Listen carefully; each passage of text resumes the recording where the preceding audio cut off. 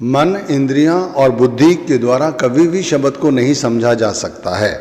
जो सामने बैठे हैं गुरु, इन्हीं को इंद्रियां और मन पूर्ण पुरुष नहीं मानती भाई। इसीलिए सुमिरन करते वक्त हमें संसार याद आता है, गुरु का स्वरूप कहाँ याद आता है? क्योंकि भाई अभी भी हमारी इंद्रियां और हमारा मन इन्हें परमात्मा नहीं मानता। इंद्रियां, मन और बुद्धि में पहले ठहराव आए, तभी तो हम गुरु के स्वरूप के साथ ठहर सकते हैं, तभी हमारे अंदर ठहराव आएगा। बगैर ठहराव के ही हम नाम जप करते रहते हैं और हमारा मन भ्रमित होता है। परमात्मा दसम द्वार के अंदर रहता है। अब वो परमात्मा शब्द कहो, गुरु का सूक्ष्म रूप कहो, पूर्ण पुरुष कहो, ये बात एक ही हुई। लेकिन जब तक हम गुरु के स्थूल स्वरूप से जुड़े हुए हैं या गुरु के वर्णात्मक शब्द से जुड़े हुए हैं, तब तक हमारी मन और बुद्धि कभी निर्मल नहीं होगी, हम में कभी ठहराव नहीं आएगा। जिस दिन हमारा मन गुरु के इस स्वरूप से ऊपर बढ़े, और वो तभी संभव है जब हम शब्द के व्यापक रूप को समझें। शब्द शब्द सब कहते हैं, शब्द न चीन्हे कोई। शब्द शब्द सब कहते हैं, जपते हैं करोड़ों लोग सुबह उठकर नाम को।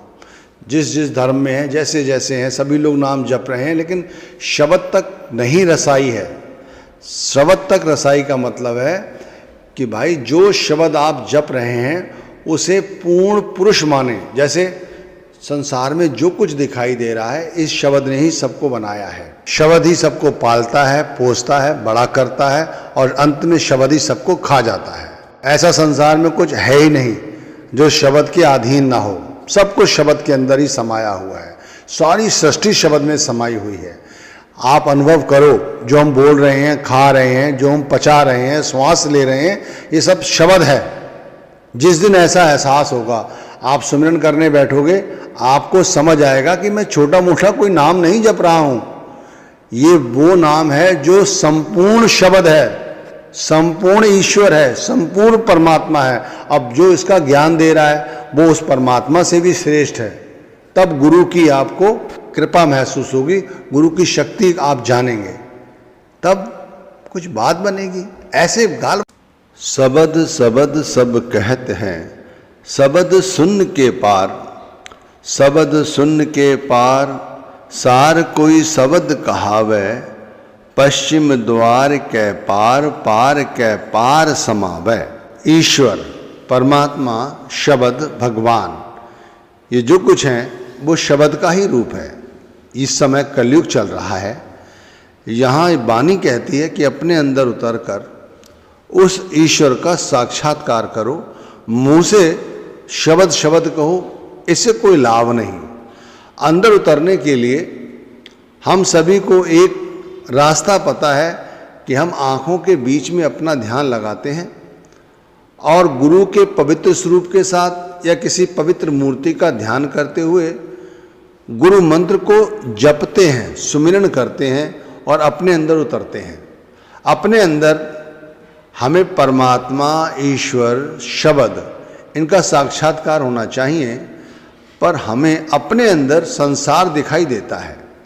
हमें वो अंदर जाकर दरवाज़ा दिखाई नहीं देता जिस दरवाजे से हम अंदर जाएं और उस परमात्मा तक पहुँचें, उस ईश्वर तक पहुँचें, उस शब्द तक पहुँचें जो ब्रह्म है। सुबह सवेरे उठकर करोड़ों लोग नाम की, परमात्मा की भजन बंदगी करते हैं अपने अपने हिसाब से, अपने अपने धर्म के अनुरूप। पर ईश्वर का साक्षात्कार कितने लोग कर पाते हैं? हमें ये तो बता देंगे संत महात्मा कि जब आप अपना मन शब्द के साथ जोड़ लोगे, अपने मन को मारना सीख लोगे, तब आपको शब्द की अनुभूति होगी। पूछो अपने आप से, कितने लोगों ने अपने मन को मारना सीख लिया है? क्योंकि जब तक मन नहीं मरेगा, जब तक मन नहीं सदेगा, तब तक मन शब्द का साक्षात्कार नहीं कर सकता। और मन का साक्षात्कार तभी होगा जब एक ऐसा दरवाजा है हमारे शरीर के अंदर कि भाई उसमें जब हम प्रवेश कर जाते हैं, तब हमें संसार दिखाई नहीं देता, तब हमें शब्द की अनुभूति होती है। अब सारी जिंदगी लगे रहो, लेकिन मन नहीं मरेगा, और ना मन मरेगा ना ही वो दरवाजा हमें कभी दिखाई देगा जिसके अंदर परमात्मा बैठा हुआ है। हमारे शरीर के अंदर परमात्मा बैठा हुआ है। सरल शब्दों में समझो। इस बात को सभी लोग जानते हैं, हर धर्म यही कहता है, वो परमात्मा हम सभी के अंदर है। उस परमात्मा से मिलने का तरीका एक है कि आप अपने अंदर जाओ और उस परमात्मा का साक्षात्कार करो। उस परमात्मा तक पहुंचने के लिए किसी गुरु से शब्द का ज्ञान लेकर उस शब्द के साथ जुड़ो। गुरु के स्वरूप का या किसी मूर्ति के स्वरूप का ध्यान करते हुए अंदर जाओ। अब अंदर जब हम अपने प्रवेश करते हैं तब हमें संसार दिखाई देता है। फिर हमें समझाया जाता है कि भाई अपने मन को मारो। जब तक मन नहीं मरेगा हम उस दरवाजे के अंदर प्रवेश नहीं कर सकते। अब हम लोग मन को मारने के चक्कर में लगे रहते हैं। तीसरी पातशाही गुरु अमरदास जी महाराज फरमाते हैं, शब्द मरे मन मारे अपना, मुक्ति का दर पावणया।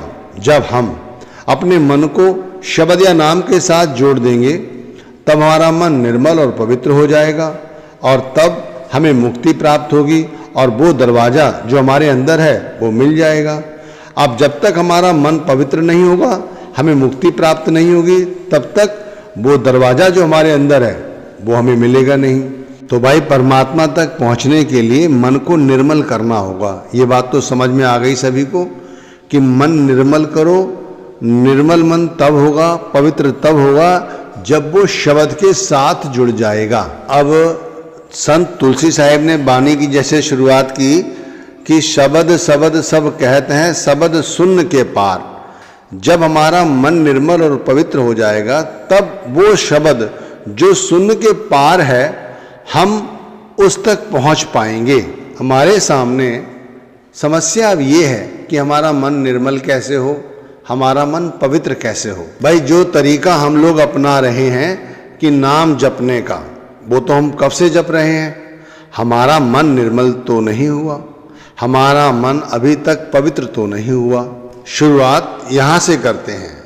परमात्मा को समझने से पहले आत्मा को समझो, आत्मा को समझने से पहले मन को समझो और मन को समझने से पहले इंद्रियों को समझो।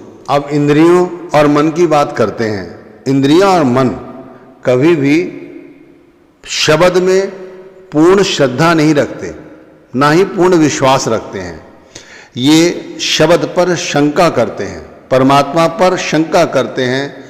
इन्हें भ्रम रहता है कि ये पूर्ण पुरुष नहीं है, परमात्मा नहीं है। इसी शंका के चलते हम भ्रमग्रस्त रहते हैं। हमें पूर्ण रूप से परमात्मा अनुभूति नहीं होती, ना ही हम परमात्मा पर शब्द पर विश्वास रखते हैं। हम सोचते हैं कि बताओ इतनी बड़ी सृष्टि इस शब्द ने कैसे रची। भाई सुनी सुनाई बात है ना, तो भ्रमित होना आसान है। और हमारी स्वयं की इंद्रियां, हमारा स्वयं का मन हमें ये सब करने देता है। अब एक बात गांठ बांध लो, समझ लो, जो जीवात्मा अपनी इंद्रियों और मन के कहे में शब्द पर पूर्ण रूप से विश्वास नहीं करता, वो कभी शब्द का साक्षात्कार भी नहीं कर पाएगा। ईश्वर का कभी उसे अनुभव नहीं होगा। वो ठीक हमारी तरह होगा, खाते हैं, पीते हैं, जन्म लेते हैं, मरते हैं, धन इकट्ठा करते हैं, संपत्ति बनाते हैं, बढ़ाते हैं, बच्चे पैदा करते हैं, बच्चों के बच्चे पैदा और हो जाएं ये कामना करते हैं। ये सारे जो कर्म है हमारे, ये ऐसे हैं जो हमारी भक्ति में बाधा है। इतने समय से हम नाम जप रहे हैं, कितने समय से, अभी भी हमारे अंदर श्रद्धा नहीं फूटी, गुरु के प्रति विश्वास नहीं हुआ। हमें ये अनुभव ही नहीं हुआ कि गुरु ही ईश्वर है, गुरु ही संपूर्ण शब्द है। मन से चाहे कितना ही बोलो, मुंह से चाहे कितना ही कहो कि गुरु ईश्वर है, ईश्वर है, इससे कोई फर्क नहीं पड़ता। फर्क पड़ता तो वो दरवाजा जो अंदर है वो खुल गया होता। संपूर्ण विश्व उस शब्द में समाया हुआ है। हम उस शब्द को रोज सुबह जपते हैं, हमें ये अनुभूति नहीं है, तभी तो हम शब्द के साथ जुड़े होने के बावजूद संसार की शक्लों पदार्थों के विचार में लग जाते हैं। हमारा मन और हमारी इंद्रियां उस शब्द तक हमें नहीं पहुंचने देती। हमारी शंकाएं, हमारी इच्छाएं, हमारी वासना, हमारे विकार हमें बीच में ही रोक देते हैं। वरना जिसने संपूर्ण विश्व को रचा है, सारा विश्व जिसके अंदर समाहित है, जो पत्ते पत्ते में है, जो जर्रे जर्रे में है, जो हम सबका करता है, उसकी अनुभूति ना हो भाई, हम उसकी रजा के बगैर एक श्वास नहीं ले सकते। सामने भरा हुआ गिलास उठाकर पी नहीं सकते। हम उसका साक्षात्कार नहीं कर पा रहे हैं, उसका अनुभव नहीं कर पा रहे हैं, तो भाई हमारे लिए डूब मरने जैसी बात है। वो हमारे शरीर में उपस्थित है तभी हम जीवित हैं। यदि वो हमारे अंदर से अपनी उपस्थिति हटा दे, हम मृत हो जाते हैं, हमारा शरीर मिट्टी हो जाता है। अब ये बात एक शरीर तक सीमित मत रखो, इसके अंदर उतर कर समझो। वो संसार के हर जीवात्मा में इसी तरह विद्वान है। वो जब हटता है वो मिट्टी हो जाता है। इसी तरह संसार की हर प्रजाति के साथ साथ वो संसार में भी पूर्ण रूप से व्याप्त है। अगर वो यहाँ से हट जाए तो सारा संसार मिट्टी हो जाएगा, मिट्टी। हम अपने मालिक बने बैठे हैं, ठेकेदार हैं हम। इसीलिए हमने अपने आप को कर्ता मान रखा है, इसीलिए हम दुखी होते हैं। परमात्मा ने सारी सृष्टि बनाई, क्या वो इस सृष्टि का ठेकेदार और मालिक है? लेकिन वो कभी अपने मुंह से कहता है, कभी वो कहता है कि मैं इस सृष्टि का मालिक हूं, मैं इसका रचयिता हूं? वो ही नहीं कहता। आप अनुभव करें, परमात्मा एक है, 10-20 नहीं है। हर जाति हर धर्म में परमात्मा की एक ही पहचान बताई है कि वो निराकार है। आप चाहे किसी धर्म में चले जाइए, हर धर्म यही कहता है कि वो निराकार परमात्मा हर ईश्वर में है। उसने सारी सृष्टि रची है। आप समझिए, वो सृष्टि को बनाता है, हमें पैदा करता है और हमारा अंत भी वही करता है। हमें पालता भी वही है, हमें पोसता भी वही है, हमें फिर अंत में खा भी लेता है। यानी जो कुछ हो रहा है हमारे साथ, उसका आधिपत्य उस ईश्वर के हाथ में है। और वो ईश्वर इस शब्द में समाया हुआ है, जो हमें गुरु ने दिया है शब्द। वो शब्द, हम उस शब्द को बहुत छोटा आंकते हैं। इसीलिए जो कथावाचक हैं वो परमात्मा की बढ़ चढ़कर आपको किस्से कहानियां सुनाते हैं। आप उन्हें सुनकर मस्त हो जाते हैं। आप सोचते हैं ऐसा करने से मन शांत हो जाएगा, निर्मल हो जाएगा, पवित्र हो जाएगा। तो भाई कितनी कहानियां आपने सुन ली और उन महात्माओं ने कितनी कहानियां सुनाई। ना उनका मन कभी पवित्र हुआ, ना आपका निर्मल हुआ। पवित्र मन, निर्मल मन करने से पहले शब्द को जानो। आप जिस दिन शब्द के बारे में जानने लग गए, उस दिन आप अपने आप सही रास्ते पे आ जाएंगे। थोड़ा अनुभव में लाओ, विचार में लाओ। जो गुरु ने गुरु मंत्र दिया है वो सारी सृष्टि का रचयिता है, वो सारी सृष्टि को चला रहा है। उस पर शंका मन करता है, इंद्रियां करती हैं। इसीलिए आत्मा को ये सब कुछ भोगना पड़ता है। गुरु घर ने फरमाया है मन पवित्र होगा, मन निर्मल हो जाएगा, तब जाकर आत्मा मन के पंजे से आजाद होकर उस सत्यलोक और सचखंड पहुंचेगी और उस ईश्वर का साक्षात्कार करेगी। भाई उनका मत उस समय का रहा होगा, आज का मत बहुत ही पेचीदा है। यहाँ हर आदमी धन, संपत्ति, वैभव भोगना चाहता है, इकट्ठा करना चाहता है और इकट्ठा कर रहा है, भोग भी रहा है। लेकिन उसे पता है कि वो मृत्यु का ग्रास बन जाएगा एक दिन, उसके बाद भी वो नहीं चेत रहा है। इसीलिए उसका मन संसार की आसक्तियों से जुड़ा रहता है। जब सुमिरन भजन करने बैठते हैं तब हमारे अंदर जो संसार की शक्लें और पदार्थ आते हैं ना, वो यही कारण है। मन को जीतने के लिए आप तरह तरह की वाणियों का सहारा ले सकते हैं, लेकिन वाणियों में जो समझाया गया है वो समझें। असल में मन निर्मल पवित्र जब हम शब्द के साथ जुड़ जाएंगे, लेकिन हमने शब्द को बहुत छोटे में आका हुआ है, इसीलिए शब्द के व्यापक रूप तक हम अभी नहीं पहुंचे। संतों महात्माओं ने इतनी सारी बानियां हमारे सामने इसलिए रखी कि भाई आप इस शब्द को समझें, शब्द को जानें कि भाई हमारे अंदर जो धुनकारे दे रहा है, जो आत्मा हृदय धड़क रहा है, वो शब्द है। शब्द मिनटों सेकंडों में यहां से आपको चलना पड़ेगा, मिनटों सेकंडों में चले जाते हैं लोग, सबका सब धरा रहता है। आपको करना क्या है? मन पवित्र और निर्मल तभी होगा जब हमारी सबसे पहले अपने गुरु के प्रति, शब्द के प्रति पूर्ण आस्था और पूर्ण विश्वास हो कि भाई यही शब्द ईश्वर है, यही सच परम सच है, यही ज्ञान तत्व ज्ञान है, इससे ऊपर कुछ नहीं।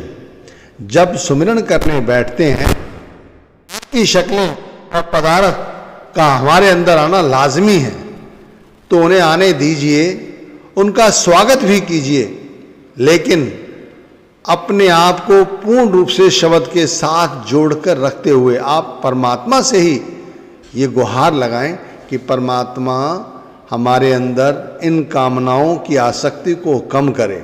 आपके भक्ति भाव को देखते हुए आप एक शब्द के साथ जुड़ते चले जाएंगे और एक तरफ आपका मन इन सांसारिक शक्लों और पदार्थों के चिंतन से बच जाएगा।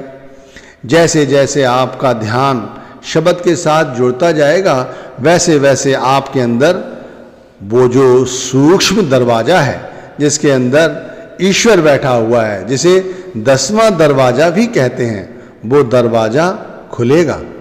आप अंदर प्रवेश करेंगे। आप दिन से ही इसकी शुरुआत करें। हर समय अपने मन को परमात्मा भक्ति में लगाए रखें। सभी जीवात्माओं में, सभी प्रजातियों में उस ईश्वर का साक्षात्कार का अनुभव करें। ज्ञान बहुत है, पर ज्ञान की आवश्यकता नहीं, या भक्ति और भावनाओं की आवश्यकता है। अपने आप को भक्ति भाव के साथ पूर्ण समर्पण करते हुए मन और इच्छा का, और फिर अपने आप को गुरु को सपुर्द करते हुए नाम का जाप करें, सारे काम बने।